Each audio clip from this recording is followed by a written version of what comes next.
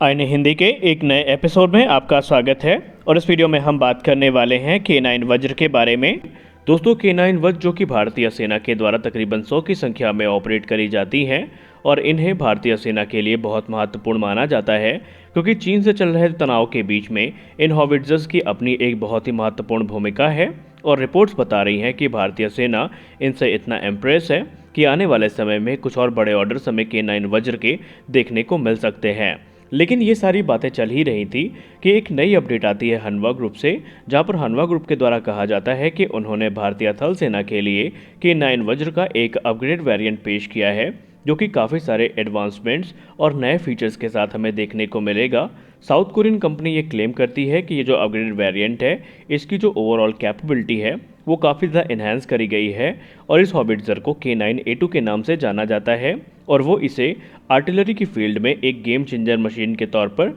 देखते हैं। और उनका ये भी कहना है कि भारतीय सेना अगर इसको सेलेक्ट करती है तो भारतीय सेना की ताकत को ये कई गुना ज़्यादा बढ़ा देगी, क्योंकि ये काफ़ी ज़्यादा अब एडवांसमेंट के साथ में आती है। इसकी सर्वाइबिलिटी को काफ़ी इम्प्रूव किया गया है और इसका जो बैटलफील्ड कवरेज है उसको भी काफ़ी एक्सटेंड किया गया है। तो आइए जानते हैं K9A2 के बारे में, और हम ये भी जानेंगे कि भारतीय सेना का अगला कदम इसको लेकर के क्या हो सकता है।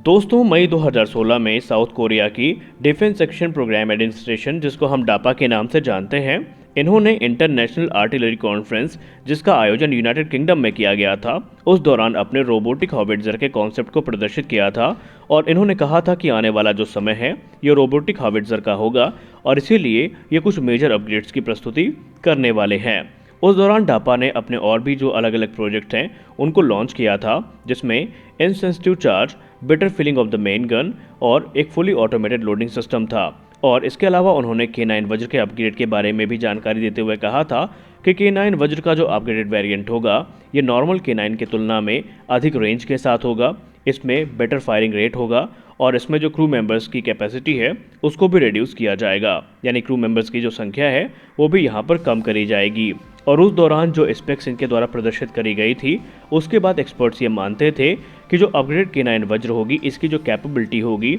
ये यूनाइटेड स्टेट के XM 2001 क्रूसेडर के जैसे ही होंगी या क्रूसेडर के समकक्ष होने वाली होंगी।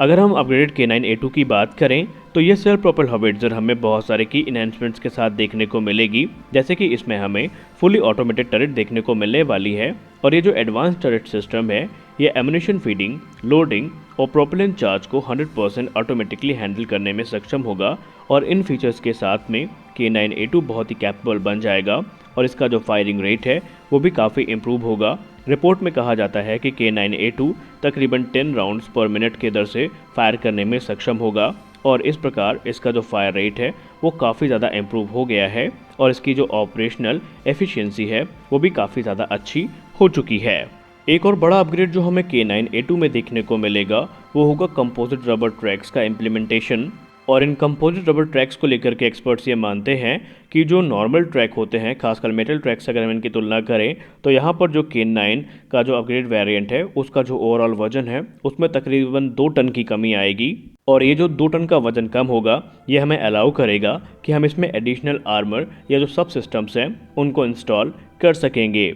कुछ एक्सपर्ट्स ये मानते हैं कि ये जो इनोवेटिव ट्रैक सिस्टम है इसके बहुत सारे एडवांटेजेस हैं स्टील ट्रैक्स की तुलना में, जैसे कि इसके आने के बाद जो मोबिलिटी है वो काफ़ी इन्हांस होगी और अलग अलग टेरेन्स में ये जो पूरा सिस्टम है ये ईजिली चल सकेगा। वहीं CRT टेक्नोलॉजी को लेकर के ये कहा जाता है कि ये वेट रिडक्शन तो करती ही करती है, वहीं इसके आने के बाद जो व्हीकल की ओवरऑल परफॉर्मेंस है, टॉप स्पीड है, नॉइज़ है और वाइब्रेशंस हैं, लोअर फ्यूल कंजम्पशन है, ये भी काफ़ी इम्प्रूव होते हैं। अगर हम K9A2 CRT सिस्टम की बात करें तो सबसे खास बात यहाँ पर यह है कि इसके आने के बाद जो व्हीकल की ओवरऑल मनूवरबिलिटी है और एजिलिटी है वो काफ़ी ज़्यादा इम्प्रूव होगी और इसे एक की इन्हांसमेंट के तौर पर देखा जा रहा है। और एक्सपर्ट्स ये मानते हैं कि ये सारी छोटी छोटी चीज़ें बैटल के समय बहुत ज़्यादा महत्वपूर्ण भूमिका निभाती हैं। खैर, अब आइए बात कर लेते हैं भारतीय सेना की रिक्वायरमेंट्स के बारे में कि क्या भारतीय सेना इन पे जाएगी, भारतीय सेना का प्लान क्या है। आइए इसके बारे में हम बात कर लेते हैं।